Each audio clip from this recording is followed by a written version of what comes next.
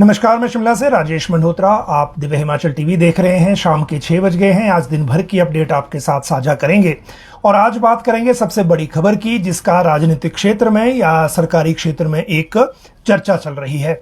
देखिए, अभी जो आज की मैं अगर बात करूं तो आज शनिवार का दिन है, कल संडे है और आज मंथ का आखिरी दिन है। कल 1 तारीख है और परसों 2 तारीख है, सोमवार को। मतलब राज्य सरकार के कर्मचारियों के लिए ये सैलरी डे होता है, राज्य सरकार के पेंशनरों के लिए ये पेंशन डे होता है। लेकिन आने वाले दिनों में, आज की बात करें या अगले कुछ महीनों की बात करें, जो बड़े अरसे से एक चर्चा होती थी सरकारी सेक्टर में कि एक दिन सैलरी और पेंशन पे इम्पैक्ट आएगा राज्य की वित्तीय स्थिति का, लगभग आप ये कहिए कि हम उस तारीख के नजदीक हैं। और जो कहावत है ये भेड़िया आया वाली, वो कहावत के सच होने का समय नजदीक है। अब इसका मतलब क्या है? क्या सच में सैलरी को लेकर जो अभी नेता प्रतिपक्ष ने आरोप लगाए हैं आज वो सही है, या फिर एक्चुअल स्थिति क्या है? और प्रेजेंटली राज्य सरकार के कोषागार की हालत क्या है, जिसके कारण मुख्यमंत्री को विधानसभा के अंदर वक्तव्य देते हुए अपने मुख्यमंत्री, मंत्री, सीपीएस और जो ये बाकी लोग हैं, इनके वेतन भत्तों को 2 माह के लिए स्थगित करना पड़ा था। इन सारी चीजों को आज क्लैरिफाई करेंगे। साथ में बात करेंगे कि जो राज्य सरकार अब इस मुश्किल हालात तक पहुंची कैसे, और ऐसा क्यों है कि दिसंबर तक हमें हर महीना इसी तरह से अब निकालना होगा, जिस तरह से इसी महीने संकट जैसी नौबत है। राज्य सरकार के कर्मचारियों, राज्य सरकार के पेंशनरों को लेकर इमीडिएट रिस्क आगे क्या है और इससे निपटने की राज्य सरकार की रणनीति क्या है, आज इस पे थोड़ा विस्तार से बात करेंगे, आंकड़ों के साथ बात करेंगे। साथ में बात करेंगे विधानसभा के अंदर जो नियम 130 के तहत कांग्रेस के ही विधायकों के द्वारा एक चर्चा लाई जा रही है, और वो भी राज्य की आर्थिक स्थिति पर। ये इस दौर में क्यों आई, वो एक जरूर सवाल है, लेकिन जब हम आगे बात करेंगे तो आपको ये समझ आएगा। कैबिनेट की तैयारी फिर से हो रही है, कब होगी? 2 तारीख को होगी, 3 तारीख को होगी, इसको लेकर बात करेंगे। वो ड्रोन किसका था जिसको लेकर जयराम ठाकुर ने विधानसभा के अंदर बात रखी और बाद में जो भी हंगामा किया, वो बात आज करेंगे। जयराम ठाकुर ने जो आर्थिक स्थिति पे आरोप लगाए हैं वो भी बात करेंगे। राज्य सरकार ने एक इनिशिएटिव लिया था मुख्यमंत्री सुखविंदर सिंह सुक्खू के निर्देश पर, ओवरसीज प्लेसमेंट का, मतलब विदेश में प्लेसमेंट का। उसका क्या रिजल्ट आया है, वो आज एक अपडेट आपको देने की है। पंचायती राज चुनाव की, उपचुनाव की जो चुनाव आचार संहिता है, उसका इंपैक्ट क्या रहेगा प्रदेश में, वो बात करेंगे। और प्राइवेट यूनिवर्सिटी, सरकारी यूनिवर्सिटीज जहां पर कुलपति को नियुक्त करने को लेकर राज्य सरकार अपने पास अधिकार चाहती है बजाय गवर्नर के, उसको लेकर विधानसभा में जो बिल आ रहा है उसकी भी बात करेंगे। एक डायरेक्टर के आरएनपी रूल में बदलाव किया गया है, उसका मकसद क्या है? साथ में जो संयुक्त महासंघ यूनिवर्सिटीज में क्यों कर्मचारियों को बनाना पड़ा, 3 विश्वविद्यालयों के कर्मचारियों को एक मंच पर क्यों आना पड़ा, ये बात करेंगे। और साथ में टीचर अवार्ड्स के लिए आज जो इंटरव्यू चल रहे हैं उनकी बात करेंगे। जेबीटी में, जेबीटी कहिए या पूर्व सैनिक कहिए, इन दोनों ही मामलों में जो नियुक्ति है वो क्यों अचानक अटक गई है, ये एक बड़ा इंपॉर्टेंट मैटर है, क्योंकि इनको नियुक्ति के लिए बहुत लंबा समय हो गया, इनको नियुक्ति नहीं मिल पा रही, और नियुक्ति ना मिलने के कारण क्या है ये भी आज आपको बताएंगे। एचआरटीसी जिसकी बसों में पूरा हिमाचल सफर करता है, हिमाचल में 50 साल का सफर पूरा करने वाली है, और इस 50 साल को किस तरह से ये मनाएंगे वो बात करेंगे। साथ में एक विभाग का विभाजन हुआ है, 2 हिस्सों में बंट गया है सरकारी एक विभाग, उसकी बात करेंगे। और जो एक नॉर्थ जोन काउंसिल को लेकर एक सूचना हमने आपको दी थी कि 6 सितंबर को हरियाणा स्टेट करवा रहा है चंडीगढ़ में, जो अमित शाह की अध्यक्षता में होनी है, उसकी भी आज बात करेंगे।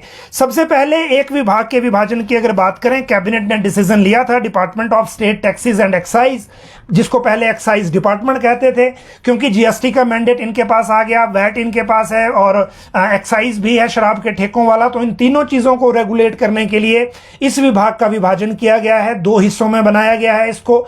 और इसका जो विस्तार से आप इस विभाजन का असर क्या रहेगा और किस तरह से आगे ये चलेगा, इस इसको लेकर कल आप अखबार में विस्तार से खबर भी देख पाएंगे। लेकिन इनकी जो काम है उसको भी पहली बार अलग अलग तरीके से नोटिफाई किया गया है, एक्साइज का अलग और जीएसटी का, स्टेट टैक्सेस का अलग।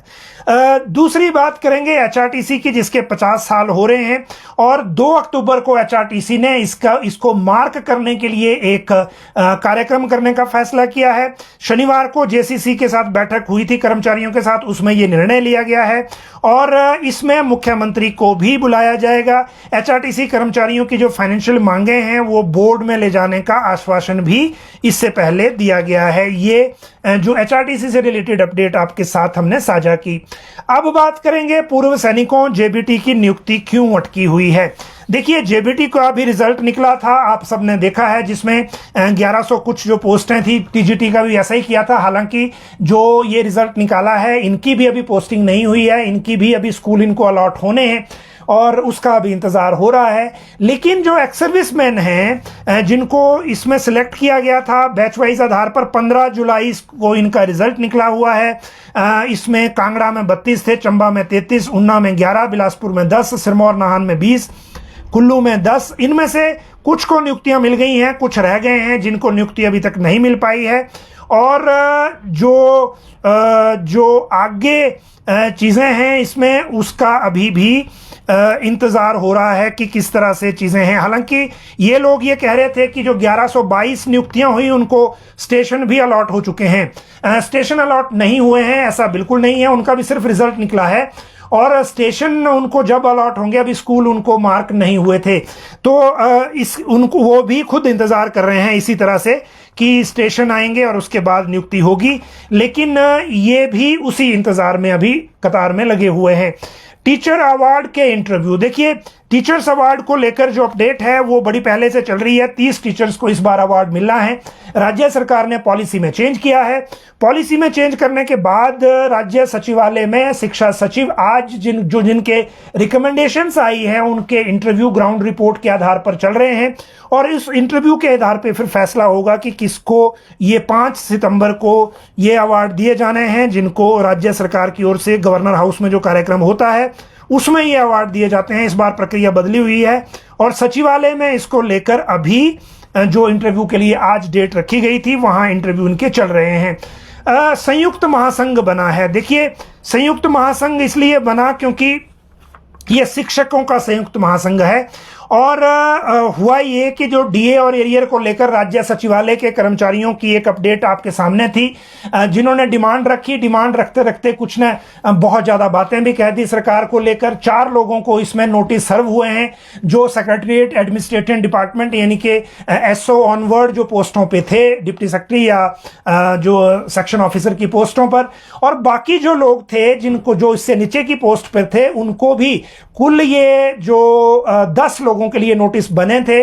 लेकिन बाद में ये लगा कि ये पता चला आज हमें भी कि राज्य सरकार की ओर से बीच में हस्तक्षेप किया गया था और जो बाकी नोटिस थे फिर वो नहीं दिए गए। जो कर्मचारी लीडर सचिवालय सेवाएं महासंघ के ऊपर के जो 4 लोग थे उन्हीं को ये नोटिस सर्व हुए हैं, बाकियों को नहीं दिए गए थे। लेकिन जो विश्वविद्यालयों के शिक्षक हैं, देखिए शुक्रवार को एचपीयू कृषि विश्वविद्यालय पालमपुर और वाईएस परमार वानिकी विश्वविद्यालय नौणी ने मिलकर एक शिक्षक महासंघ का संयुक्त महासंघ का गठन किया है।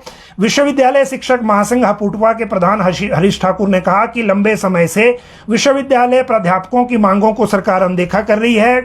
उसमें डीए एरियर के अलावा जो कैरियर एडवांसमेंट स्कीम है उसका लाभ भी नहीं मिल रहा है। इसीलिए सभी को ज्वाइंट फ्रंट बनाकर आना पड़ा है आगे और इस ज्वाइंट फ्रंट को अब जिम्मेदारी दी गई है राज्य सरकार से इन मसलों को सॉल्व करवाने की।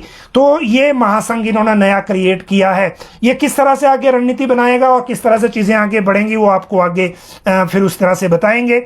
लेकिन इसके साथ एक जो और अपडेट है वो है चुनाव आचार संहिता की। देखिए, हिमाचल में पंचायती राज उपचुनाव की चुनाव आचार संहिता लग गई है। 29 सितंबर को उपचुनाव की वोटिंग होनी है। उससे पहले आज से ये शेड्यूल अनाउंस हुआ है, शेड्यूल के साथ ही आचार संहिता लग गई है। आचार संहिता का इंपैक्ट क्या होगा वो जरूर एक देखने वाली बात है, क्योंकि इंपैक्ट की बात ऐसी है कि जो अभी तक डिपार्टमेंट से पता चला है कि जो मनरेगा के सेल्फ अप्रूव्ड हैं पहले से, जिनमें उपचुनाव है वहां मनरेगा का काम नहीं रुकेगा। रहेगा वहां मनरेगा का काम चलता रहेगा, लेकिन कोई नए कार्य नहीं होंगे। ये इस उपचुनाव का जो शेड्यूल है वो रहने वाला है। जहां तक शेड्यूल की बात है, 11, 12, 13 सितंबर को नॉमिनेशन होगा। उसके बाद 16 सितंबर को सुबह 10 बजे इनकी छंटनी की जाएगी। 18 सितंबर तक नाम वापस लिए जा सकते हैं और 29 को वोटिंग होगी। तो ये इस तरह से पंचायती राज उपचुनाव का शेड्यूल आगे है। जो इसका इंपैक्ट है वो मैंने आपको बता दिया, मनरेगा के काम रुकेंगे नहीं और बाकी जो शेड्यूल है वो उसी तरह से चलेगा। डायरेक्टर के भर्ती नियम की अगर मैं बात करूं तो ये एग्रीकल्चर डिपार्टमेंट के डायरेक्टर के R&P रूल अभी चेंज किए गए हैं और इनमें यह व्यवस्था की गई है कि डायरेक्टर बनने के लिए ज्वाइंट डायरेक्टर, एडिशनल डायरेक्टर के तौर पर जो 1 साल का कार्यकाल पहले रिक्वायर्ड था उसको घटाकर 6 महीने का कर दिया गया है और उसमें एडहॉक और बाकी सारी सर्विसेज को भी ऐड कर दिया गया है। साथ ही अगर कोई वहां क्वालिफाई नहीं करता और सरकार किसी अफसर को लगाना चाहती है तो IAS या HAS में से किसी को भी जो इसमें नियुक्त किया जा सकेगा। ये एक जो प्रावधान है वो साथ में जोड़ा गया है। तो ये डायरेक्टर को लेकर चेंज किया गया है। यूनिवर्सिटीज को लेकर बिल आया है विधानसभा में, सोमवार को ये लगेगा। चंद्र कुमार कृषि मंत्री इस बिल को रखेंगे।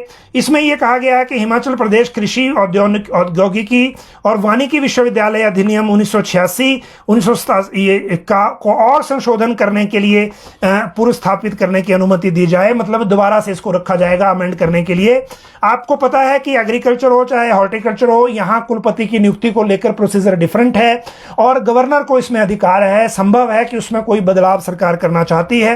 हालांकि जब तक ये बिल हमारे सामने नहीं आता तब तक ज्यादा विस्तार से इसमें कहना कुछ संभव नहीं है। लेकिन सोमवार को TCP में भी, एक्ट में भी संशोधन हो रहा है और साथ में जो ये सरकारी जो ये विश्वविद्यालय हैं इनमें कुलपति की नियुक्ति का जो एक शेड्यूल है उसमें भी चेंज किया जा रहा है। ये अभी केवल सूचना के लिए हमने आपके साथ ऐड किया। अब बात करते हैं विदेश में प्लेसमेंट की। देखिए, विदेश में प्लेसमेंट की अगर मैं बात करूं तो आज एक हमारे सामने बड़ी अपडेट आई है राज्य सरकार की तरफ से और ये अपडेट इसलिए है क्योंकि जो राज्य सरकार ने, मुख्यमंत्री सुखविंदर सिंह सुक्खू ने फॉरेन प्लेसमेंट को लेकर एक ड्राइव शुरू करने के निर्देश दिए थे और उस ड्राइव के बाद पहला उसका जो इम्पैक्ट है वो भी हमारे सामने आया है। और ये इम्पैक्ट जो है इसके तहत आज एक MOU हुआ दुबई के लिए और दुबई में EFS फैसिलिटी सर्विसेज ग्रुप ने ये MOU राज्य सरकार के साथ किया है। इन्होंने कहा कि ये 25 युवाओं की प्लेसमेंट करेंगे। 25 से ज्यादा देशों में ये कंपनी काम कर रही है। और आज जो MOU हुआ उसके बाद ऊना के रजत कुमार, सुनील कुमार, जसप्रीत सिंह, अभिनव शर्मा और हमीरपुर के दिनेश को विदेश में यानी कि दुबई में काम करने का मौका मिलेगा। ये आज MOU के बाद इसका ये इम्पैक्ट रहने वाला है। इसीलिए ये जानकारी आपको देना जरूरी था क्योंकि राज्य सरकार का ये कंप्लीटली न्यू इनिशिएटिव था जिसके तहत ये प्लेसमेंट हो रही है। अब अगली बात करेंगे जो चुनाव आचार संहिता का प्लेसमेंट हो गया।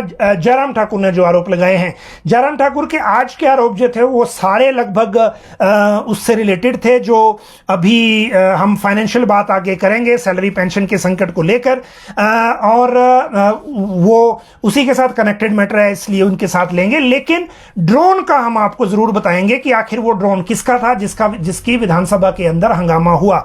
देखिए, अंदर विधानसभा में पिछले कल नेता प्रतिपक्ष ने कहा कि उनके सरकारी आवास जो यहां पर है शिमला में, वहां पर निगरानी ड्रोन से की जा रही है और एसपी ऑफिस एसपी का रेजिडेंस क्योंकि उनके साथ है तो उन्हें संदेह यह है कि एसपी के रेजिडेंस से यह ड्रोन उड़ाया जा रहा है निगरानी करने के लिए कि उनके पास कौन मिलने आ रहा है, कौन किससे वो मिल रहे हैं और क्या मूवमेंट घर की है। मुख्यमंत्री ने, क्योंकि अचानक सब्जेक्ट पॉइंट ऑफ ऑर्डर के तहत उन्होंने उठाया था, इसलिए उस वक्त कोई जानकारी उस तरह की नहीं थी, लेकिन उन्होंने हाउस के अंदर कहा कि उनकी सरकार की तरफ से ऐसी कोई कोशिश नहीं है। अगर केंद्र की एजेंसियां कर रही हों तो वो ईडी और सीबीआई से पूछ के बताएंगे कि वो क्यों ऐसा कर रहे हैं। तो ये बात तो हो गई हाउस के अंदर, लेकिन उसके बाद पुलिस ने कैटेगोरिकली इसको इनकार किया है कि ये हमारा कोई ऐसा सर्विलेंस का मॉड्यूल नहीं है। शिमला में 24 घंटे पानी देने को लेकर जो SJPNL ने कंपनी को, स्वेज कंपनी को काम दिया है, उन्होंने 3 अगस्त को डिस्ट्रिक्ट मजिस्ट्रेट यानी कि DC शिमला से ये परमिशन ले रखी है मैपिंग को लेकर, और ये ड्रोन मैपिंग कर रहे हैं ताकि 24 घंटे अगर पानी किसी को देना है तो जो प्रॉपर्टी का एनालिसिस किस तरह से होगा, लाइन कहां से जाएगी और किस तरह से इस पूरी बात को करना है। इसीलिए शिमला पुलिस ने सारे रिकॉर्ड के साथ विधानसभा के स्पीकर को इस बारे में रिप्लाई बना दिया है। 3 अगस्त को इसकी परमिशन मिली थी। 5 अगस्त को जो स्वेज कंपनी को SJPNL ने लिखा था कि आप जो ये परफॉर्मेंस बेस्ड कॉन्ट्रैक्ट है आपका, उसके तहत इस तरह से जो ड्रोन मैपिंग है वो कर सकते हैं। और उसी ड्रोन मैपिंग के तहत इस वार्ड में जहां जयराम ठाकुर का घर है वहां पर ये ड्रोन मैपिंग कर रहे हैं, और इसीलिए ये कोई निगरानी जो है उस तरह से नहीं कर रहे हैं। इसीलिए आज कांग्रेस के जो यहां मीडिया सलाहकार हैं सरकार के, नरेश चौहान, उन्होंने कैटेगोरिकली कहा है कि ऐसा कोई निगरानी सरकार नहीं कर रही। वो 24 घंटे पानी देने का प्रोजेक्ट है जिसके कारण ये हुआ है। और जहां तक वित्तीय हालात की बात है तो वो भी एक बयान इनके तरफ से आया है, और इस बयान में ये क्लैरिटी के साथ कहा गया है कि जो वित्तीय हालात हैं उसके लिए जयराम ठाकुर भी जिम्मेदार हैं। जो प्रेजेंटली वित्तीय हालात हैं, ये नरेश चौहान है, उन्होंने कहा है। अगली बात करें इसके बाद तो वो जो मामला है वो है आर्थिक संकट के नोटिस का, और इस सारी चीजों को लेकर सैलरी पेंशन पर संकट से शुरुआत करते हैं ये, क्योंकि आगे की अब सारी चीजें कनेक्टेड हैं। क्रिया प्रतिक्रिया से लेकर सब चीजें अब आपको बताएंगे। देखिए, पहले बात जो आज कंट्रोवर्सी सुबह सुबह हुई, वो कंट्रोवर्सी हुई जो कामगार बोर्ड के चेयरमैन नियुक्त किए गए हैं उनको लेकर। और ये जो चेयरमैन हैं नरदेव कंवर, ये इनकी नियुक्ति के बाद, क्योंकि पहले जनरली चेयरमैन जो हैं वो मंत्री होते थे लेबर एंड एम्प्लॉयमेंट के, तो इसीलिए जो टोकन अमाउंट इसमें 30,000 रुपए का रखा गया था। बाद में जब ये बने तो इनको लगा कि ये कम है, इन्होंने सरकार से मामला उठाया होगा जो एप्रीहेंशन है उसके मुताबिक, और सरकार ने जो बाकियों को मिल रही है 1,30,000 उसके बराबर इनकी कर दी। लेकिन टाइमिंग इतनी खराब थी कि एक तरफ विधानसभा के अंदर सरकार को खुद मंत्री, मुख्यमंत्री और CPS को लेकर जो वेतन भत्ते हैं वो स्थगित करने पड़ रहे हैं, और दूसरी तरफ ये बढ़ाने का ऑर्डर हो गया। टाइमिंग का इशू जरूर है, लेकिन क्योंकि बाकी सब के साथ ये डिस्पैरिटी थी इसलिए ये नोटिफिकेशन जो थी उसमें हुई थी सरकार की तरफ से। लेकिन इसके कारण जो सोशल मीडिया आउटरीच है वो अलग तरह की है, क्योंकि अलग तरह का रीजन ये है कि टाइमिंग का इशू है। लेकिन इससे भी बड़ा सब्जेक्ट ये है सैलरी और पेंशन को लेकर। सैलरी और पेंशन को लेकर आज अलग अलग तरह की प्रतिक्रियाएं चल रही हैं। नेता प्रतिपक्ष ने मीडिया के सामने बयान दिया कि राज्य सरकार ने ट्रेजरी को कह दिया है कि इस महीने की सैलरी 5 तारीख को दी जाए, जो पेंशन है वो 10 तारीख को दी जाए। और जो इसके बाद एक और आरोप उन्होंने लगा दिया कि GPF को भी गिरवी रख दिया, गिरवी शब्द का इस्तेमाल किया। तो इन चीजों को भी इवेलुएट करेंगे कि ये सही है या गलत है, लेकिन साथ में आपको बताएंगे कि किन कारणों से इस महीने ऑनवर्ड सैलरी और पेंशन पर संकट है। संकट का मतलब ये नहीं है कि मिलेगी नहीं, क्योंकि राज्य सरकार सैलरी और पेंशन को लेकर अभी तक का जो कैटेगोरिकल स्टेटमेंट है विधानसभा के अंदर मुख्यमंत्री की भी और बाहर जो लोग हैं उनकी भी, आज भी उद्योग मंत्री हर्षवर्धन चौहान ने कहा कि अगर संकट है तो वो सबके सामने है और उस आर्थिक संकट को सरकार ने मैनेज करना है। ये मैनेज करने का टाइम है। ऐसा नहीं है कि हिमाचल दिवालिया हो गया है, लेकिन ये मैनेज करने का टाइम है। उसी मैनेजमेंट के तहत ये संभव है कि राज्य सरकार को आने वाले दिनों में सैलरी और पेंशन के लिए एक शेड्यूल बनाना पड़े, जिस तरह की पंजाब सरकार पहले से बनाती रही है। वहां सैलरी के लिए 3 तरह की डेट्स होती हैं, एक पहले हफ्ते में, एक सेकंड हफ्ते में, एक थर्ड हफ्ते में, और इसी तरह से कर्मचारियों को वो सैलरी की देनदारी को अदा करते हैं। हिमाचल में ऐसा कभी हुआ नहीं है। 1 तारीख को मैसेज आता है, 1 तारीख को सैलरी आती है, अगर 1 तारीख को संडे हो तो 2 तारीख को मैसेज आता है। लेकिन ये संभव है कि आने वाले महीनों में आपको 1 या 2 तारीख को SMS अलर्ट ना आए सैलरी का, और वो थोड़ा डिलेड आए, 5 तारीख को आए, 7 तारीख को आए, 9 तारीख को आए। इस महीने क्या है वो भी आपको 2 तारीख को पता चल जाएगा, सोमवार को, क्योंकि अभी तक का जो सिचुएशन है उसके मुताबिक पहले जो विधानसभा में बात रखी गई थी उसकी बात कर लेते हैं। विधानसभा में मुख्यमंत्री ने 2 तरह के आंकड़े रखे हैं।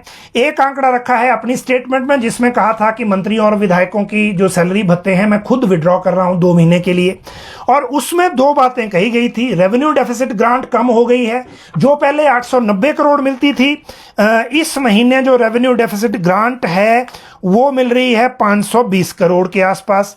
एग्जैक्ट फिगर मेरे पास जो कागज है उसके मुताबिक मैं आपको अलग से भी दूंगा, लेकिन 520 करोड़ मिल रही है जो 890 करोड़ होती थी पिछले साल। अगले साल जो है ये और कम हो जाएगी, आधी लगभग 250 करोड़ के आसपास बनेगी महीने की। तो एक संकट जो उन्होंने अपने उसमें कहा था वो है। दूसरी है जो पीडीएनए है, पोस्ट डिजास्टर नीड असेसमेंट, जिसमें 9000 करोड़ हमने क्लेम किए हैं, उसका कुछ राशि नहीं मिली। और तीसरा संकट है एनपीएस कंट्रीब्यूशन के जो 9200 करोड़, खैर ये तो आने भी नहीं थे क्योंकि हमने यूनिलैटरल डिसीजन लिया है और जल्दबाजी में डिसीजन लिया है, हेस्ट में डिसीजन लिया है, ये पैसे तो आने भी नहीं थे। वैसे भी ये उसी कर्मचारी को जाने हैं जिसका डिफॉल्ट हुआ है। और लेकिन एनपीएस का सबसे बड़ा नुकसान स्टेट को जो हुआ है वो हुआ है जो 2000 करोड़ हमें एनपीएस कंट्रीब्यूशन के बदले लोन मिल जाता था। तो राज्य सरकार ने ना सिर्फ जो एनपीएस ओपीएस का बर्डन लिया बल्कि 2000 करोड़ लोन की लिमिट भी अपने हाथ से खो दी है। अगर वो 2000 करोड़ इस वक्त होते तो ये सैलरी का संकट नहीं होना था, ये आप गारंटी के साथ कह सकते हैं। और वो क्यों नहीं है? क्योंकि लोन की लिमिट दिसंबर तक 6200 करोड़ हमारे पास थी। 6200 करोड़ में से हम 3900 करोड़ लोन ले चुके हैं। दिसंबर तक अभी 4 महीने हमने काटने हैं। 4 महीने काटने के लिए हमारे पास बचे हैं सिर्फ 2300 करोड़, 2300 करोड़। इस महीने हमने 1000 करोड़ का लोन फ्लोट किया था। अगर वो 1000 करोड़ हम ले लेते तो सैलरी 1 तारीख को चली जानी थी, लेकिन क्योंकि दिसंबर तक का टाइम काटना है इसलिए हर महीने 500 करोड़ की ही विंडो बन रही है। और इसी कारण 500 करोड़ लोन लिया। 500 करोड़ से अभी ट्रेजरी की जो हालत है आज के दिन, -303 करोड़ पैसे अभी ट्रेजरी में है। ये सोर्सेज, फाइनेंस के सोर्सेज की ऑथराइज्ड जानकारी है एक तरह से। 303 करोड़ सिर्फ वेज एंड मीन्स में है इस वक्त ट्रेजरी में। वेज एंड मीन्स में आरबीआई के हिसाब से माइनस बैलेंस होता है। और राज्य सरकार का जो ओवरड्राफ्ट लिमिट है वो 760 करोड़ की है। 760 करोड़ से ऊपर हम ओवरड्राफ्ट भी नहीं कर सकते। राज्य का सैलरी बिल हर महीने का 1200 करोड़ है और पेंशन का बिल 800 करोड़ है। दोनों मिला के हर महीने 2000 करोड़ सैलरी और पेंशन के लिए चाहिए। अभी ट्रेजरी में पैसे हैं -303 करोड़। सैलरी बिल के लिए, सैलरी और पेंशन के लिए चाहिए 2000 करोड़। लोन लिया था 500 करोड़ का। अब सिनेरियो क्या है? मान लीजिए 2 तारीख को, क्योंकि सरकार के पास अगर कोई और मॉड्यूल है या फिर ओवरड्राफ्ट को भी ओवर रूल करने की एक ऑप्शन है, बाद में आरबीआई जो पेनल्टी लगाएगा तो उसको झेल लेंगे। लेकिन अगर अभी भी मान लीजिए अगर विधानसभा का सेशन लगा है, मुख्यमंत्री ये चाहें कि चलो जो फिजूल में विपक्ष को हंगामा करने का क्यों मौका देना, तो ये भी पॉसिबल है क्योंकि बिल पारित, इस बार ट्रेजरी को जो बिल गए थे वो निकल गए थे।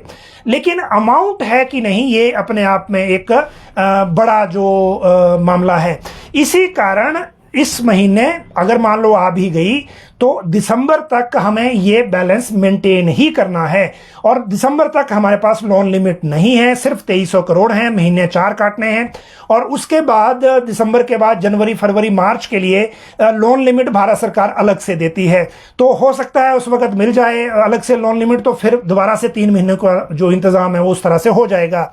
अब एक बात आपको और बताते हैं लोन की। सरकार ने विधानसभा में जो आंकड़े खुद दिए हैं लिखित में कि अभी तक के जो वर्तमान सरकार का कार्यकाल है इसमें 30,040 करोड़ के लोन लिए जा चुके हैं। इनमें से 5,864 करोड़ जो लोन है वो राज्य सरकार ने वापस भी किया, पूर्व सरकारों का लिया हुआ। तो ये है फिगर्स लोन की। दूसरी तरफ जो 2810 करोड़ जीपीएफ के बदले लोन लिया है, जो इसमें शो किया है डिटेल में, वो सब सरकारें लेती हैं। पिछली जयराम सरकार ने भी लिया था, उससे पहले वीरभद्र सरकार ने भी लिया था। किसी भी राज्य सरकार के पास जीपीएफ के अगेंस्ट, स्मॉल सेविंग्स के अगेंस्ट और एनपीएस कंट्रीब्यूशन के अगेंस्ट लोन लेने का अधिकार होता है। तो ये कोई नई बात नहीं है। इसका मतलब ये नहीं है कि जीपीएफ को गिरवी रख दिया, लेकिन जीपीएफ क्योंकि ऑलरेडी लोन है, जीपीएफ जो है वो ऑलरेडी लोन है। जीपीएफ केवल सरकार के लिए एक गारंटीड लोन है, क्योंकि ये कमिटमेंट है गवर्नमेंट ऑफ स्टेट की कि जो जीपीएफ में कंट्रीब्यूशन गया है वो उसने लौटाना है जब कर्मचारी चाहेगा। तो ये ऑलरेडी लोन की कैटेगरी में आता है, तो इसमें कोई उस तरह की नई बात नहीं है। लेकिन जो बात गंभीर है वो ये है कि आरडीजी कम होने के कारण राज्य सरकार को अपनी सैलरी और पेंशन का शेड्यूल बदलने पर मजबूर होना पड़ सकता है। विधानसभा के अंदर अगर प्रदेश का मुख्यमंत्री मंत्रियों और सीपीएस के लिए सैलरी और भत्ते डेफर करने की बात कर रहा हो तो आपको इस गंभीरता को ऑटोमेटिकली समझना चाहिए। और अब हम उसी जोन में आ गए हैं जिस जोन में वर्षों से खतरा था आने का, और ऐसा होने में कई साल लगे हैं। ये सिर्फ 2 या 5 साल की बात नहीं है। बहुत सारे डिसीजन स्टेट में ऐसे हुए जिसके कारण आज हम इस स्थिति तक पहुंचे हैं, और इसीलिए जो आने वाले दिन हैं वो और मुश्किल होने वाले हैं, क्योंकि राज्य सरकार के लिए सबसे चैलेंजिंग जो वित्त वर्ष है वो है अगला, जब हम जो 31 मार्च के बाद 1 जनवरी 2025 से सफर शुरू करेंगे। क्योंकि 1 जनवरी 2025 में जो आरडीजी है वो वर्तमान में जो 6,258 करोड़ है, जिसके कारण हमें 520 करोड़ महीने के मिल रहे हैं, वो 3200 करोड़ रह जाएगी। मतलब आरडीजी 200 करोड़ के आसपास लिमिट हो जाएगी, 250 करोड़ के आसपास आप मैक्सिमम समझिए। तो अगला वित्त वर्ष काटना सबसे चैलेंजिंग टास्क है। और इसी के साथ फिर उसके अगले साल की अगर मैं बात करूं 2026 की, तो वहां एक उम्मीद की किरण दिख रही है, 16वें वित्त आयोग का अवार्ड। अगर उस अवार्ड में आरडीजी बच गई या बहाल हो गई या टेपरिंग से बराबर हो गई, तो फिर राज्य सरकार को थोड़ा एक तरह से आप कहिए कि सांस लेने की ऑप्शन है। लेकिन अगर वहां भी नहीं हुआ तो फिर आगे कहां जाएंगे वो कुछ अभी कहा नहीं जा सकता। भारत सरकार किसी स्टेट को अनटाइड फंड नहीं दे रही है। हिमाचल को भी इस तरह की उम्मीद करने की उम्मीद अब नहीं है, क्योंकि जो संकेत जितने मिल रहे हैं दिल्ली से वो लगभग उसी तरह के हैं। इसी तरह से जो अभी हमें डायरेक्ट जो इफेक्ट आया वो आया एक ओल्ड पेंशन का, क्योंकि ओल्ड पेंशन जिस फॉर्मेट से बहाल की गई उस फॉर्मेट के इंपैक्ट बहुत हैं। एक तो 2000 करोड़ लोन हाथ से गया, दूसरा जो अमाउंट जमा कराया था वो वापस नहीं मिला, और तीसरा जो हम पेंशन के नाम पे हर साल 1000 करोड़ रुपए बचाते थे हम अब वो भी नहीं बचा रहे हैं।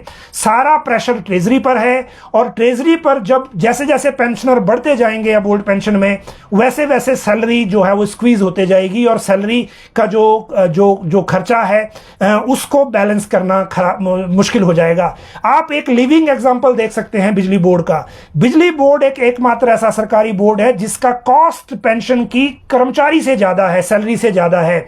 और जब किसी भी स्टेट में जब सैलरी का खर्चा पेंशन ज्यादा हो जाए सैलरी के खर्चे से, तो फिर सस्टेन करना मुश्किल होता है। राज्य सरकार के अपने आंकड़े जो 16वें वित्त आयोग के सामने दिए गए हैं, अगले 5 साल में हिमाचल में पेंशनरों की संख्या कर्मचारियों से ज्यादा हो जाएगी। हिमाचल में ऐसा कभी नहीं हुआ कि पेंशनर का फिगर कर्मचारियों से बड़ा हो, लेकिन सरकार की अपनी रिपोर्ट जो मेमोरेंडम दिया गया है उसमें जो फिगर बताता है वो जो फिगर संख्या है पेंशनरों की, और पेंशनर की संख्या कर्मचारी से ज्यादा होने का मतलब आप समझ सकते हैं। और एक इसमें रिस्क ये भी रहता है कि जो पेंशन जब जाती है ट्रेजरी से ड्रेन होती है, उसकी कैलकुलेशन, एग्जैक्ट कैलकुलेशन, मतलब उसको आप प्रीएम्प्ट नहीं कर सकते कि कब निकलेगी और कितनी निकलेगी। सैलरी को आप प्रीएम्प्ट कर सकते हैं। यही वजह है कि जो फाइनेंस से भी अगर हम पूछते हैं कि मान लीजिए इस साल एनपीएस में जो ओपीएस में आए एनपीएस से अगर वो 600 भी रिटायर होते हैं तो आपके ऊपर सैलरी पे जो प्रेशर है ट्रेजरी पर वो कितना आएगा, ये कैलकुलेशन करना मुश्किल है।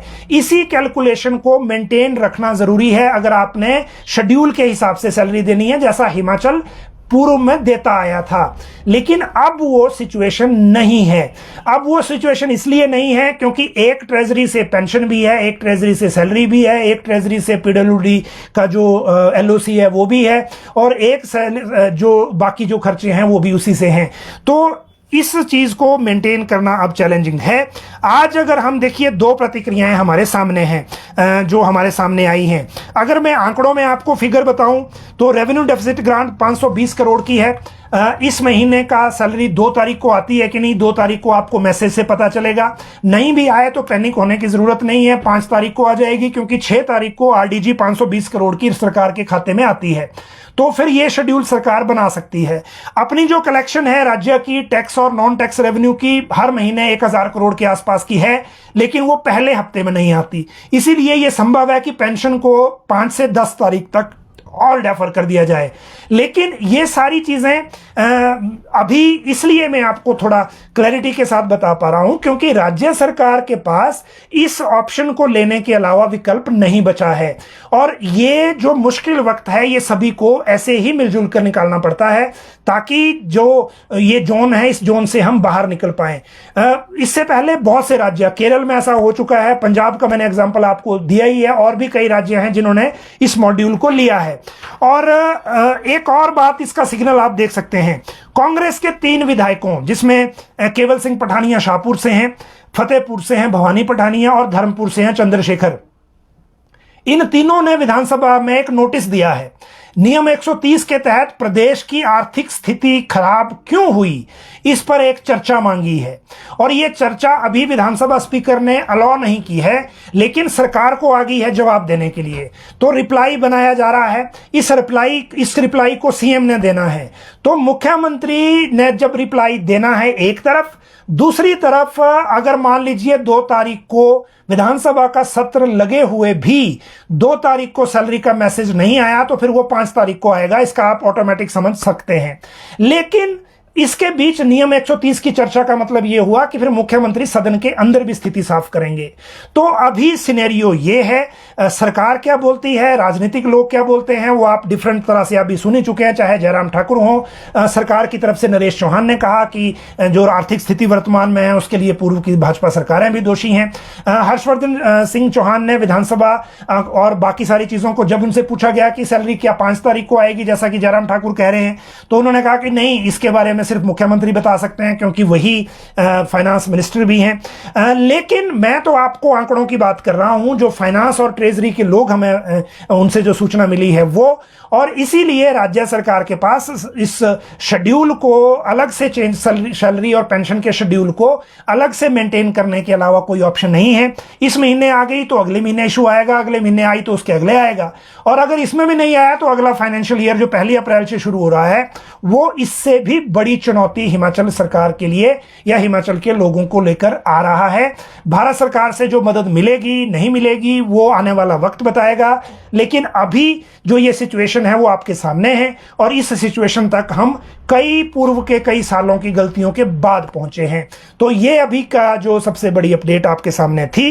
अब अगर इसके बारे में कोई और जानकारी हमारे सामने आई तो हम आपको जरूर बताएंगे। जो आपकी क्वेरीज रहती हैं स्पेसिफिक डिपार्टमेंट्स या भर्तियों से रिलेटेड, वो क्योंकि सेशन के दौरान थोड़ा मुश्किल होता है और सेशन के दौरान ऑफिसर्स भी बाहर रिप्लाई नहीं करते क्योंकि विधानसभा चली होती है, तो उसकी बात विधानसभा के बाद करेंगे।